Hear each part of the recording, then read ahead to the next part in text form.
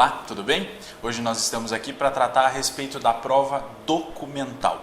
Como sempre, vamos verificar o que a doutrina está falando sobre isso. E dessa vez, as lições são dos professores Luiz Rodrigues Vamber e Eduardo Talamini. Vamos conferir? Eles dizem assim: assim conceitua-se documento como todo objeto capaz de cristalizar um fato transeunte, tornando-o sob certo aspecto permanente. Tanto que é documento o papel escrito como a fotografia, um mapa ou uma simples pedra com inscrições ou símbolos. Pouco importa o material que é utilizado. Para caracterizar documento, basta a existência de uma coisa que traga em si caracteres suficientes para atestar um fato que ocorreu. Como você pode perceber, o conceito de documento é muito mais do que o seu suporte, do que o local em que aquela declaração sobre um determinado fato está assentada. É comum que a gente pense em documento e leve em consideração apenas os documentos em papel, como se somente fosse documento aquilo que estivesse num papel ou que tivesse uma determinada formalidade. E não é assim. Documento, então, é qualquer objeto que contenha uma determinada declaração sobre um determinado fato, ok? Como nos disseram os professores Vamber e Talamini, pode inclusive ser uma pedra em que haja a inscrição, em que haja a declaração sobre um determinado fato, ok? Isso então será considerado um documento. Para entender essa noção de documento, nós precisamos entender dois conceitos básicos de suporte e de conteúdo. O suporte, segundo os professores Vamber e Talamini, é o material sobre o qual a expressão do fato é manifestada. Então, no que vai estar inscrita aquela declaração sobre aquele fato? É num papel? É num CD? É numa fotografia? É num quadro? Enfim, esse é o suporte, é o material onde está assentada aquela declaração sobre aquele fato. E além disso, dentro desse conceito de documento, nós temos o suporte e também o conteúdo, que segundo os professores Vamber e Talamini é a demonstração do fato ou do pensamento humano que o meio leva ao conhecimento do julgador. Então, o que estiver inscrito, o que estiver declarado é o conteúdo do documento, certo? Então é fundamental que nós tenhamos claro na nossa cabeça essa distinção entre suporte, que é o material sobre o que está inscrita a declaração, e conteúdo do documento, que é a própria declaração, que é o que se quer provar, ok? Muito bem. Além disso, nós precisamos ter claro na nossa cabeça a autoria do documento. E essa autoria, também a doutrina faz isso, ela é classificada de duas formas. Nós temos que levar em consideração a autoria material do documento e a sua autoria intelectual. Se considera que a autoria material, disse que é autor material do documento aquele que cria o documento. Ele não é ou não precisa ser necessariamente o autor do seu conteúdo, mas é aquele que cria. Vamos imaginar, por exemplo, uma ata notarial, uma ata realizada em cartório. Quem vai lavrar a ata notarial será o serventuário daquele registro, daquele cartório, certo? Mas não é ele o autor intelectual daquilo, porque não é ele o autor do seu conteúdo, não é ele que está declarando aquilo, certo? Ele está apenas construindo, ele está apenas sendo o autor material, certo? Além disso, nós temos a chamada autoria intelectual, que é de quem transmite aquele pensamento, certo?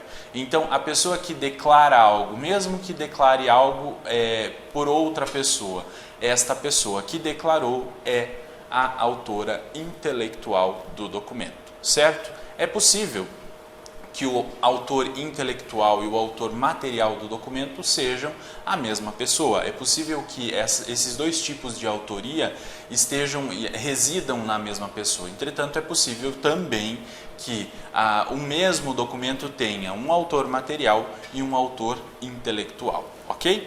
Além disso, nós precisamos agora verificar de que maneira a legislação no novo Código de Processo Civil disciplina sobre a eficácia probatória dos documentos.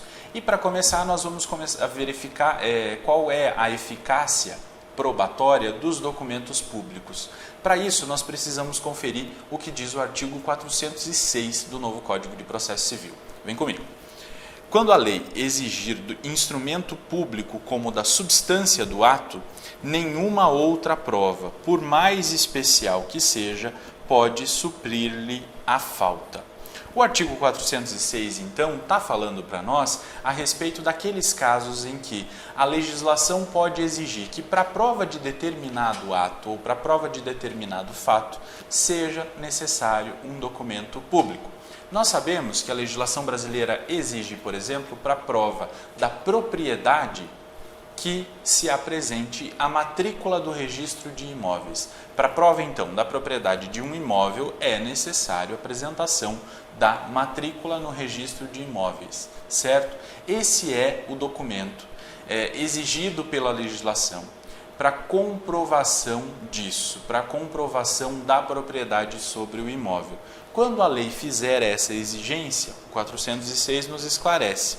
Não há como se admitir nenhuma outra prova, por mais especial que seja, se lhe faltar a prova, o documento público exigido pela legislação. Isso para casos excepcionais, obviamente, certo?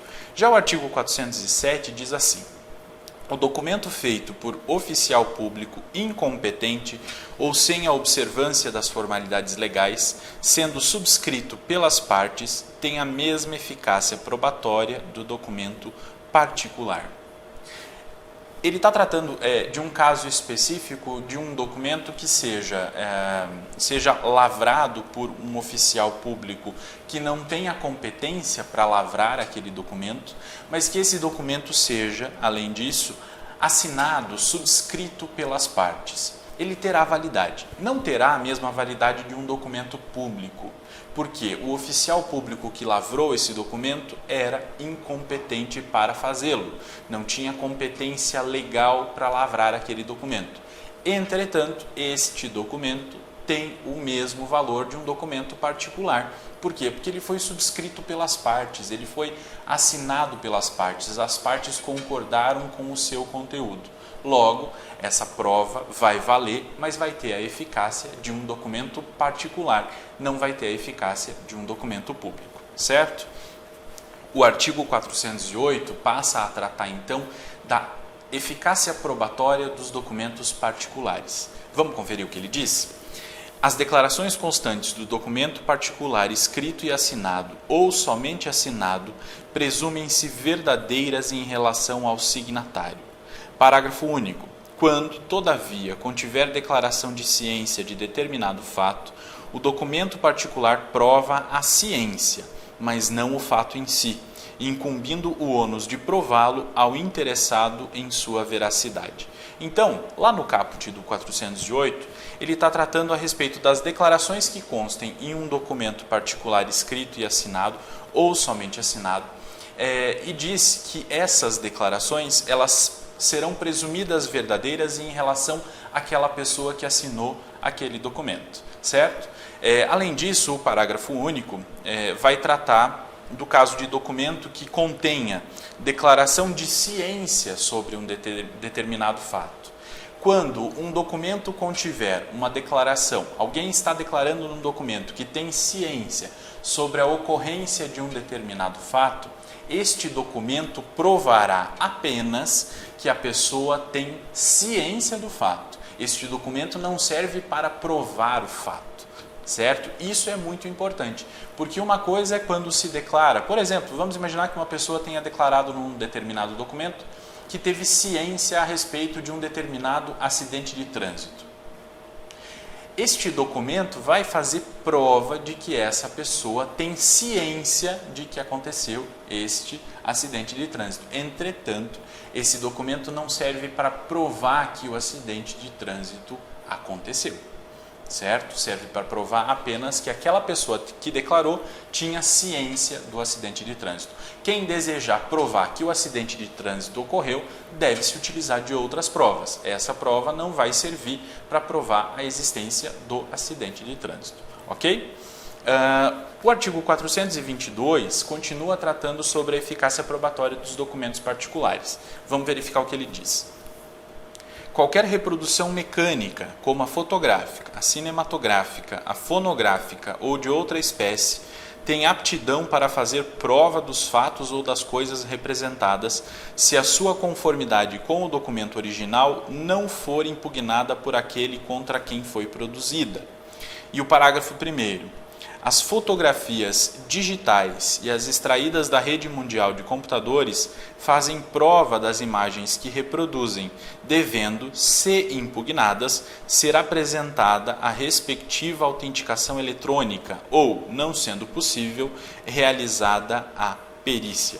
Então, o que esse parágrafo 1º está nos trazendo é uma disciplina que o Código de Processo Civil de 73 não tem, que é uma novidade no Código de Processo Civil de 2015, que vai tratar a respeito das fotografias digitais que tenham sido extraídas da internet. A princípio, essas fotografias vão ser dadas como verdadeiras, ok? Entretanto, se alguém as impugnar, se a parte contrária impugnar a juntada dessas fotografias que tenham sido extraídas da internet, a parte que juntou a fotografia vai ter que comprovar, vai ter que apresentar a respectiva autenticação eletrônica. Se não houver autenticação eletrônica daquela fotografia, então o juiz vai determinar a realização de perícia para verificar se aquela fotografia é uma fotografia original, se ela não foi objeto de nenhuma manipulação que tenha alterado o seu conteúdo. Ok? O artigo 422, nos seus parágrafos, prossegue tratando a respeito da eficácia probatória dos documentos particulares. Vamos lá. Parágrafo 2º diz assim: se se tratar de fotografia publicada em jornal ou revista, será exigido um exemplar original do periódico, caso impugnada a veracidade pela outra parte. E o parágrafo 3º diz que aplica-se o disposto neste artigo à forma impressa de mensagem eletrônica. Então é possível que a parte deseje juntar aos autos, deseje provar um determinado fato a partir da juntada de uma fotografia que tenha sido retirada de uma revista ou de um jornal. Se a outra parte impugnar, dizer que esta fotografia não é verdadeira, que aquela publicação não é verdadeira, o que a parte que juntou deve fazer é juntar à fotografia um original do jornal ou da revista de onde aquela fotografia foi retirada, certo? As mesmas disposições do artigo 422 vão valer também para a forma impressa das mensagens eletrônicas. Então, se a parte pode juntar uma mensagem eletrônica, por exemplo, encaminhada pelo WhatsApp ou encaminhada por e-mail, ela pode juntar e pode utilizar isso como prova. Se a outra parte impugnar, dizendo que aquela mensagem não é verdadeira, então ela vai ter que juntar uma cópia original daquela mensagem, ok? Vão ter que ser criados meios para que ela possa então demonstrar que aquela mensagem é original, certo? Então, essas são as disposições que o artigo 422 traz, tentando adaptar a legislação processual às novas formas de produção de prova documental a partir da rede mundial de computadores e das mídias sociais, ok? O artigo 424 continua tratando sobre a eficácia probatória dos documentos particulares. Vamos ver o que ele diz. A cópia de documento particular tem o mesmo valor probante que o original, cabendo ao escrivão, intimadas as partes, proceder à conferência e certificar a conformidade entre a cópia e o original. Tudo isso para facilitar. Então, se a parte estiver na posse da cópia de um determinado documento particular, ela vai juntar essa cópia e essa cópia tem a mesma validade do documento original.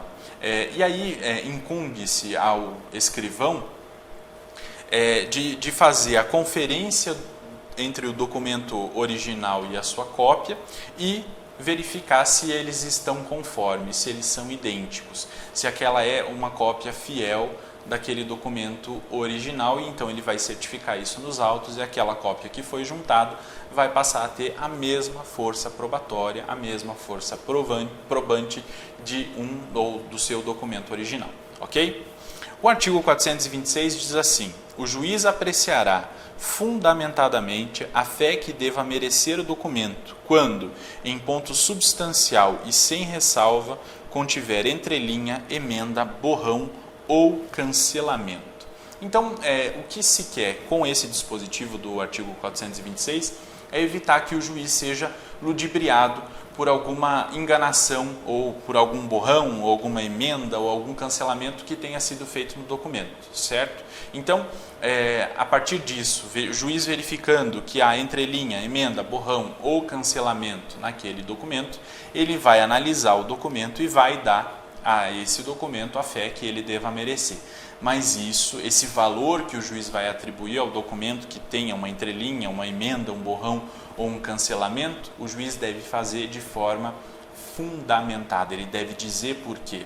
Então, se tiver um borrão num determinado documento e isso levou o juiz a pensar de forma diferente, a entender que aquela prova não era suficiente para demonstrar o que a parte desejava demonstrar, o juiz então deve fundamentar a sua decisão e dizer na sua decisão as razões pelas quais ele entende, pelas quais ele está dando um valor menor para aquela prova que foi juntada com um borrão, por exemplo, ok? Agora, nós temos que tratar a respeito da autenticidade dos documentos particulares. Para isso, nós precisamos saber o que nos diz o artigo 411 do novo Código de Processo Civil. Vamos conferir? Ele diz assim: considera-se autêntico o documento quando, inciso 1º, o tabelião reconhecer a firma do signatário. Inciso 2º, a autoria estiver identificada por qualquer outro meio legal de certificação, inclusive eletrônico, nos termos da lei.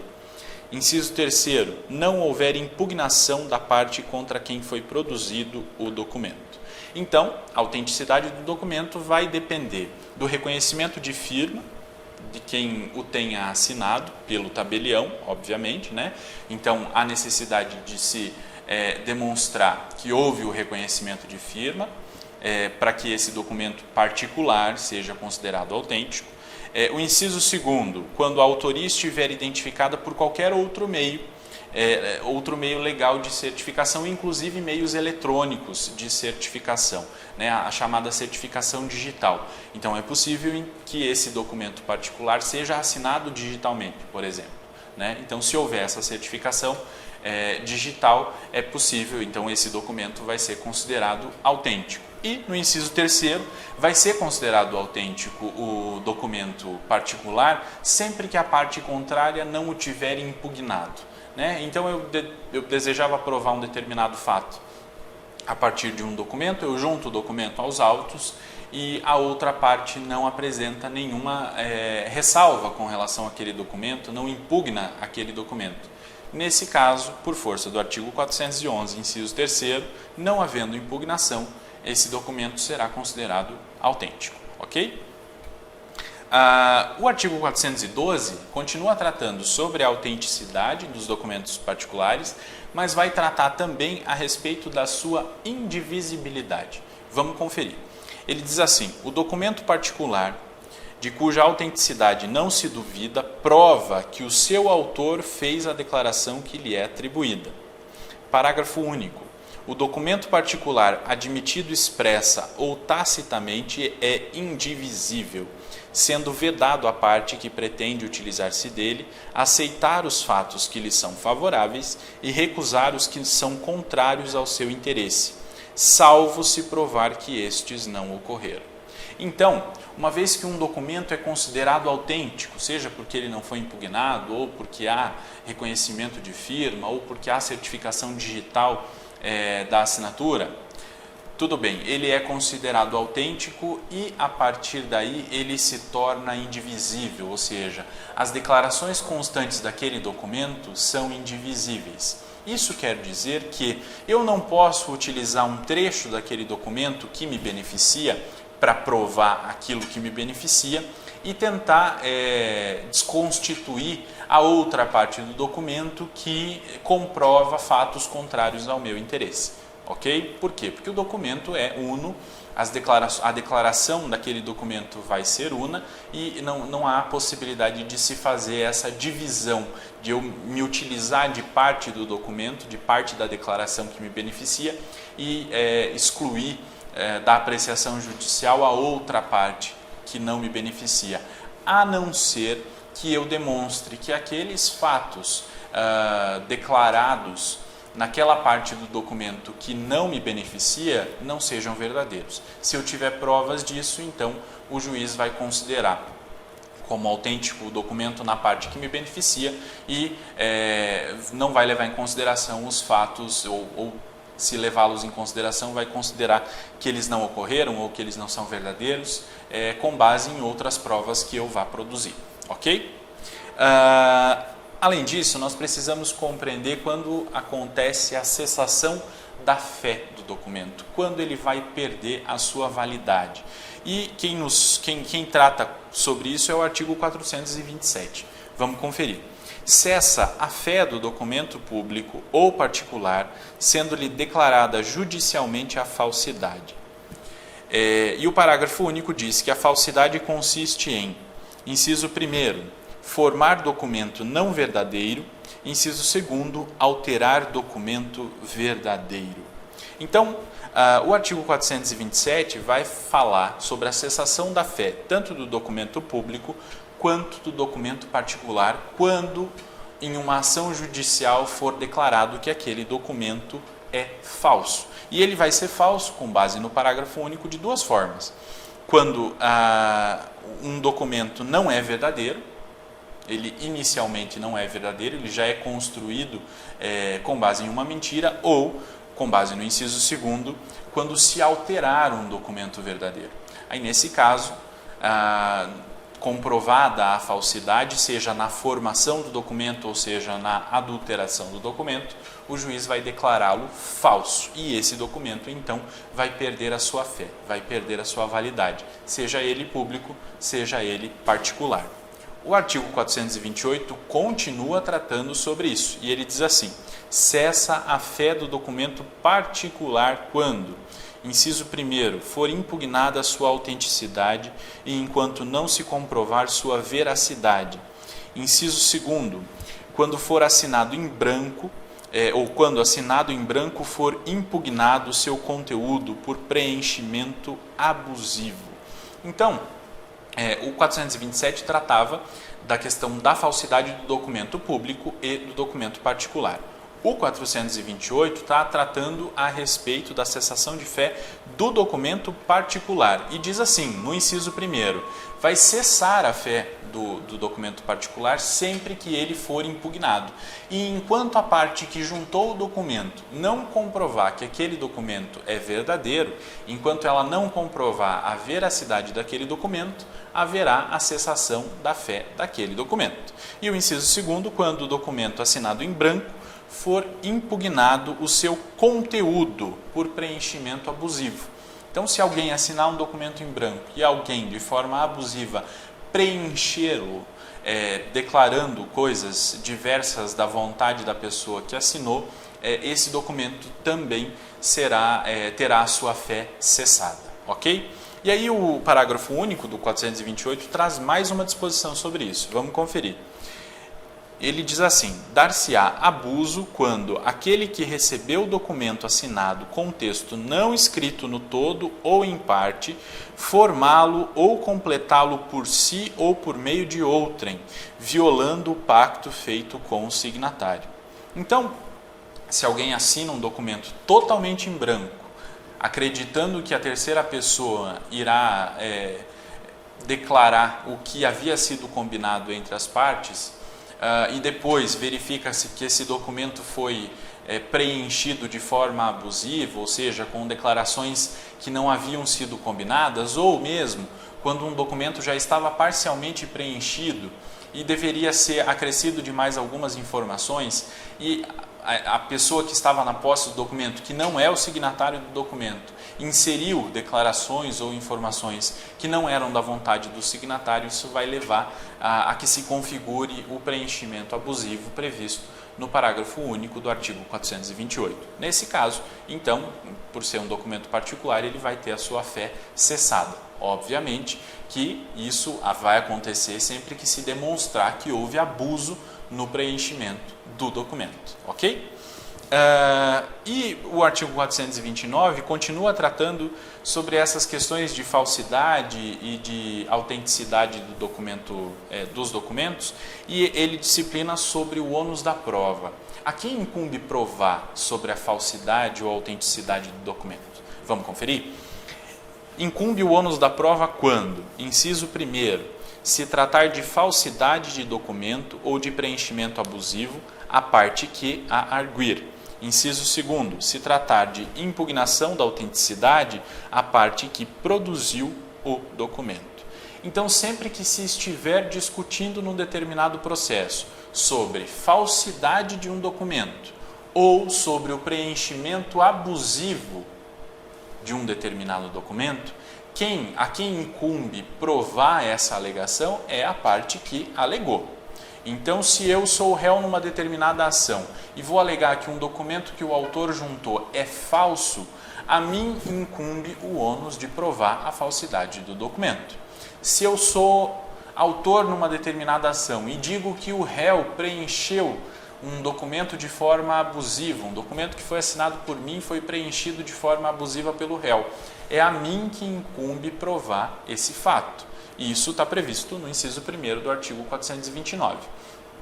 O inciso 2º vai tratar do caso de impugnação da autenticidade do documento. Sempre que se estiver diante da impugnação a autenticidade do documento, o documento não é autêntico, a quem incumbe provar essa alegação é a parte que produziu o documento. Ok? Então, a parte que produziu o documento é a responsável por provar que esse documento é autêntico, certo? O artigo 430 começa a tratar a respeito da arguição de falsidade de documento. Vamos conferir o que ele diz?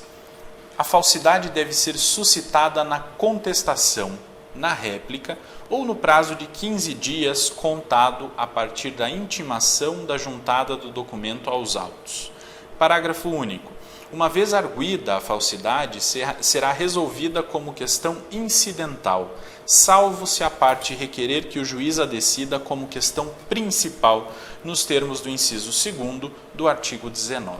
Então, a primeira coisa que nós temos que entender do artigo 430, quando ele diz assim, a falsidade deve ser suscitada na contestação, na réplica ou no prazo de 15 dias a contar da intimação da juntada do documento novo aos autos. Isso quer dizer que qualquer uma das partes pode alegar a falsidade do documento. Então, se o réu desejar arguir a falsidade de algum documento que o autor tenha juntado com a sua petição inicial, ele deverá fazê-lo na contestação. É o que diz o artigo 430. Se o autor desejar arguir a falsidade de um determinado documento que o réu juntou na contestação, ele deverá fazê-lo na sua réplica, na impugnação à contestação, ok? Se for um documento que tenha sido juntado em um outro momento processual, por força do princípio do contraditório, o juiz sempre dará à parte contrária a oportunidade de se manifestar toda vez que um documento novo for juntado. Então, nesse caso, a parte tem 15 dias a partir da juntada do documento para arguir a sua falsidade, seja ela autor, seja ela réu, seja um eventual terceiro que participe daquele processo, ok? Já o parágrafo único está tratando de, uma vez arguida a falsidade, ela vai ser resolvida como questão incidental naquele processo. Essa é a regra geral, a não ser que a parte requeira que aquela questão, que aquela discussão sobre a falsidade ou não de um determinado documento seja resolvida naquele processo como uma questão principal. Qual que é a diferença? Se for resolvido como uma questão incidental, sobre ela não serão, não haverão os efeitos, não haverá os efeitos da coisa julgada, certo? Se aquela questão relativa à falsidade daquele documento for resolvida como uma questão principal, aí sobre ela recairão os efeitos da coisa julgada, ou seja, não se poderá em outro processo rediscutir sobre a falsidade daquele documento. Se aquele documento for considerado falso naquele processo, essa decisão valerá para todos os outros também. Eu não posso ressuscitar a discussão a respeito da falsidade daquele documento, ok? Mas isso quem vai definir é a parte que arguir a falsidade. Então ela pode arguir como uma questão incidental ou pode arguir como uma questão principal. Ela é quem vai definir isso. O artigo 431 e o 432 continuam tratando a respeito da arguição da falsidade. Vamos conferir? 431 diz assim: a parte arguirá a falsidade expondo os motivos em que funda a sua pretensão e os meios com que provará o alegado.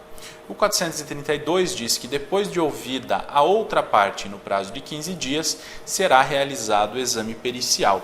E o seu parágrafo único disciplina que não se procederá ao exame pericial se a parte que produziu o documento concordar em retirá-lo. Então ele está tratando, na verdade, a respeito do procedimento da arguição de falsidade de documento. O 431 diz que quem arguir a falsidade deve expor os seus motivos e os meios com que vai provar que aquele documento é falso. O artigo 432 diz que depois de ouvida a outra parte, ou seja, é necessário que se dê chance à outra parte para que se manifeste a respeito da arguição de falsidade do documento que ela juntou. E ela vai ter o mesmo prazo que a parte teve para arguir a falsidade, vai ser dado para outra parte se defender daquela arguição de falsidade. Então ela vai ter 15 dias para se manifestar a respeito da arguição de falsidade. Depois disso, vai ser realizado o exame pericial para que se possa verificar se houve ou não houve falsidade naquele documento. E o parágrafo único diz que não se procederá ao exame pericial se a parte que juntou o documento concordar em retirá-lo dos autos, certo? Então, evita-se a realização de perícia se aquela parte contra quem foi arguida a falsidade concordar na retirada daquele documento, que se diz falso dos autos, ok? O artigo 433 diz assim: a declaração sobre a falsidade do documento, quando suscitada como questão principal, constará da parte dispositiva da sentença e sobre ela incidirá também a autoridade da coisa julgada. O 433 está complementando o que nós já falamos aqui, naquela diferença entre questão incidental e questão principal. Se a parte optar por pedir que o juiz resolva a falsidade sobre a falsidade daquele documento como uma questão principal, então nós estaremos diante de um caso em que o juiz deverá resolver isso na sentença e fazer com que a declaração sobre a falsidade ou sobre a não falsidade do documento conste do dispositivo da sentença. E ao constar do dispositivo da sentença, sobre isso vão incidir os efeitos da coisa julgada. Ou seja, aquilo não poderá mais ser discutido nem naquele processo, no caso de ter havido a coisa julgada formal e material, e nem mesmo em qualquer outro processo, ok? Agora nós precisamos compreender como se dá a produção da prova documental. E é muito simples, né, o procedimento para a produção da prova documental. Assim como todas as outras, a parte vai requerer a produção de prova documental lá na fase postulatória, na petição inicial para o autor, na contestação para o réu. Ok? Então é imprescindível que conste o requerimento para a produção de prova documental nessas duas peças, caso as partes desejem produzir esse tipo de prova, ok? Só que não só o requerimento deve ser feito na fase postulatória, assim como por exemplo, com a prova pericial ou com a prova testemunhal. É necessário que a parte junte já na fase postulatória os documentos, a prova documental que ela queira produzir. Isso é fundamental sob pena de preclusão. Então, a regra geral é que a prova documental seja produzida na fase postulatória, na petição inicial pelo autor, na contestação pelo réu, sob pena de preclusão. Aí tem a exceção. É possível produzir prova documental relativa a fatos novos. Por exemplo, O réu, na sua contestação, trouxe fatos novos que não estavam sendo discutidos pelo autor naquela demanda. Então, é possível que ao autor, na sua impugnação, seja dada a oportunidade de juntar documentos, prova documental, obviamente, para se contrapor àqueles fatos novos trazidos pelo réu na sua contestação. Mas isso, obviamente, quando se estiver diante de fatos novos, certo? Além disso, é possível juntar prova documental fora da fase postulatória sempre que se estiver diante de provas novas. Então, se eu tenho provas novas e eu quero contrapor outras provas documentais àquelas provas novas que foram produzidas nos autos, então é possível que eu produza prova documental. Mas, via de regra, a prova documental deve ser produzida na fase postulatória do procedimento, ok? É fundamental também que não se pode esquecer em hipótese alguma, sempre que houver o pedido para juntada de uma prova documental, é imprescindível que o juiz abra a oportunidade do contraditório. Então, sempre que houver a juntada de um documento novo, é fundamental que a outra parte seja intimada para que se manifeste sobre a sua juntada. Isso acontece com qualquer tipo de alegação nova, ou de qualquer outra prova, não só a prova documental. É fundamental. Todo o processo deve estar inserido nessa ideia de contraditório. Ok? Então, sempre que tiver um documento novo, uma prova documental nova, é necessário que o juiz abra prazo para a parte contrária poder se manifestar em honra ao princípio do contraditório.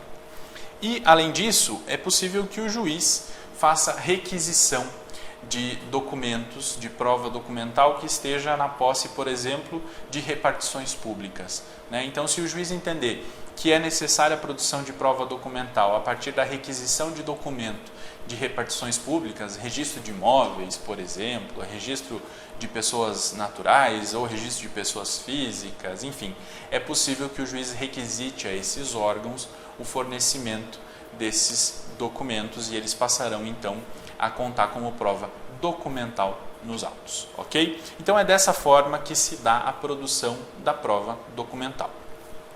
O artigo 439 vai tratar a respeito do documento eletrônico e ele diz assim: a utilização de documentos eletrônicos no processo convencional dependerá de sua conversão à forma impressa e da verificação de sua autenticidade na forma da lei.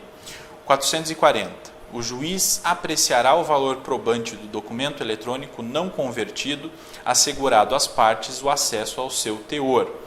441. Serão admitidos os documentos eletrônicos produzidos e conservados com a observância da legislação específica. Então, esse regramento a respeito dos documentos eletrônicos vai tratar a respeito da sua possibilidade de conversão à forma impressa, no caso de se estar tratando de um processo convencional, de um processo físico impresso. Hoje em dia, a maioria dos autos, dos processos, já tramitam em meio eletrônico também, o que facilita a juntada, inclusive, de documentos eletrônicos aos autos do processo e é fundamental que seja respeitada a legislação específica a respeito de documentos eletrônicos, ok? Além disso, nós precisamos entender também a questão relativa à exibição de documento ou de coisa. E a exibição de documento ou de coisa, quando a parte deseja demonstrar algo a partir de uma prova documental, de um documento ou de alguma coisa que não esteja na sua posse, esteja na posse da outra parte ou esteja na posse de um terceiro. E é esse procedimento que nós vamos passar a ver a partir de agora. É possível, então, que o autor, já na sua inicial, faça um pedido de exibição de documento ou de coisa pela parte contrária, pelo réu. É possível também que o réu, na sua contestação, caso ele deseje provar algum determinado fato a partir de um documento que esteja na posse do autor, que o autor não tenha juntado aos autos, ele deve fazer esse pedido de exibição de documento na sua contestação. Mas pode ser também feita por um terceiro que participe do processo, a partir de uma das formas de intervenção de terceiro. Quando isso acontecer, esse terceiro deverá fazer o pedido de exibição de documento ou de coisa ou na peça a partir da qual ele vai ingressar naquele processo, ok? O artigo 397 começa a disciplinar a respeito da exibição de documento ou de coisa. E ele diz assim: o pedido formulado pela parte conterá a individuação tão completa quanto possível do documento ou da coisa. 2. A finalidade da prova, indicando os fatos que se relacionam com o documento ou com a coisa. 3. As circunstâncias em que se funda o requerente para afirmar que o documento ou a coisa existe e se acha em poder da parte contrária. Então é fundamental que na petição em que a parte for requerer a exibição de documento ou de coisa, a primeira coisa que ela faz é a individualização desse documento ou dessa coisa, para que se saiba que documento que é ou que coisa que é. Além disso, ele vai ter que explicitar qual é a finalidade daquela prova, o que ele deseja a partir da exibição daquela coisa ou daquele documento. E o inciso 3º vai dizer as circunstâncias em que ele se funda para afirmar que o documento ou a coisa existe ou que se acha em poder da parte contrária ou de um terceiro, certo? Então, tudo isso ele deve explicitar na petição em que ele pede a exibição do documento ou da coisa. O artigo 398 prossegue dizendo assim: o requerido dará sua resposta nos 5 dias subsequentes à sua intimação. Parágrafo único. Se o requerido afirmar que não possui o documento ou a coisa, o juiz permitirá que o requerente prove, por qualquer meio, que a declaração não corresponde à verdade. Então, obviamente que a pessoa contra quem foi feito o pedido de exibição de documento ou de coisa vai poder se manifestar, né? Ela vai poder apresentar sua defesa e a sua resposta no prazo de 5 dias contados a partir da intimação. Se o requerido da exibição do documento ou da coisa afirmar que não possui esse documento ou essa coisa, o juiz vai possibilitar que o requerente prove, por qualquer meio, que aquela declaração do requerido não corresponde à verdade. O artigo 400 diz assim: ao decidir o pedido, o juiz admitirá como verdadeiros os fatos que, por meio do documento ou da coisa, a parte pretendia provar se, inciso 1º, o requerido não efetuar a exibição, nem fizer nenhuma declaração no prazo do artigo 398. Inciso 2º, a recusa for havida por ilegítima. Parágrafo único. Sendo necessário, o juiz pode adotar medidas indutivas, coercitivas, mandamentais ou subrogatórias para que o documento seja exibido. Então, ele vai tratar do momento da decisão a respeito daquele pedido de exibição de documento ou de coisa. Então, nós vimos lá que o requerido pode apresentar a sua resposta, né?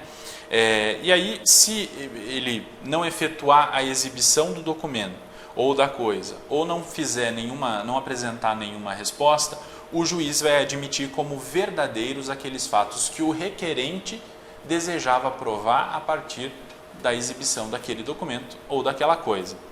Ou, no caso de a recusa do requerido em apresentar o documento ou a coisa, for havida por ilegítima, ou seja, o juiz entendeu que aquela recusa não está prevista na lei. A lei não autoriza que aquela pessoa se recuse a apresentar aquele documento ou aquela coisa naquele processo, né? Então, nesse caso, aqueles fatos que o requerente desejava provar a partir daquele documento ou daquela coisa vão ser considerados verdadeiros. Essa é a consequência. E o parágrafo único vai mais além, dizendo que, sendo necessário, o juiz pode adotar medidas outras para induzir, para coagir a pessoa que está com um documento a apresentá-lo ou apresentar a coisa.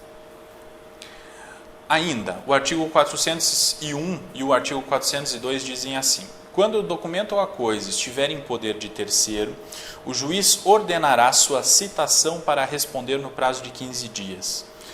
Se o terceiro negar a obrigação de exibir ou a posse do documento ou da coisa, o juiz designará audiência especial tomando-lhe o depoimento, bem como o das partes e, se necessário, o de testemunhas, e em seguida proferirá a decisão. Esses artigos passam a tratar então daquele pedido de exibição de documento ou de coisa não mais contra a parte contrária no processo, mas contra um terceiro, certo? Então, no procedimento da exibição do documento da coisa contra a parte contrária, nós tínhamos lá o prazo de 5 dias para a resposta a partir da intimação. Aqui, a partir do 401, quando ele trata do pedido de exibição de documento ou de coisa contra um terceiro que não faz parte daquela relação jurídica processual, o que vai acontecer é que esse terceiro será citado. E a citação se dá porque, obviamente, aquele terceiro não é parte da ação, então ele não tomou conhecimento daquilo. Ele vai ser citado do pedido de exibição de documento ou de coisa e vai ter 15 dias para responder. O artigo 403 prossegue para dizer o seguinte: se o terceiro, sem justo motivo, se recusar a efetuar a exibição, o juiz ordenar-lhe-á que proceda ao respectivo depósito em cartório ou em outro lugar designado no prazo de 5 dias, impondo ao requerente que o ressarça pelas despesas que tiver. Parágrafo único. Se o terceiro descumprir a ordem, o juiz expedirá mandado de apreensão, requisitando, se necessário, força policial sem prejuízo da responsabilidade por crime de desobediência, pagamento de multa e outras medidas indutivas, coercitivas, mandamentais ou subrogatórias necessárias para assegurar a efetivação da decisão. Aqui, então, o artigo 403 está tratando daqueles casos em que o terceiro se recusa sem justo motivo a entregar ou exibir a coisa ou o documento e quais são as consequências disso. E a diferença que se tem da consequência para a parte e para o terceiro é que a parte vai suportar uma consequência processual, né? Se ela se nega sem justo motivo a apresentar o documento ou a coisa, os fatos que a parte contrária desejava provar com a apresentação daquele documento ou com aquela coisa vão ser considerados verdadeiros. No caso do terceiro, como não há possibilidade de se aplicar a ele esta consequência processual, de serem considerados verdadeiros os fatos que a outra parte desejava provar, então há a possibilidade de aplicação de sanções até mais graves, né? Então, se ele descumprir a ordem, é o que diz o parágrafo único, o juiz pode expedir um mandado de apreensão, requisitando, se necessário, força policial, sem prejuízo da responsabilidade por crime de desobediência, pagamento de multas ou outras medidas que o juiz entenda cabíveis para induzir o terceiro a colaborar, ok? O artigo 404 vai tratar dos casos de recusa justificada da exibição, né?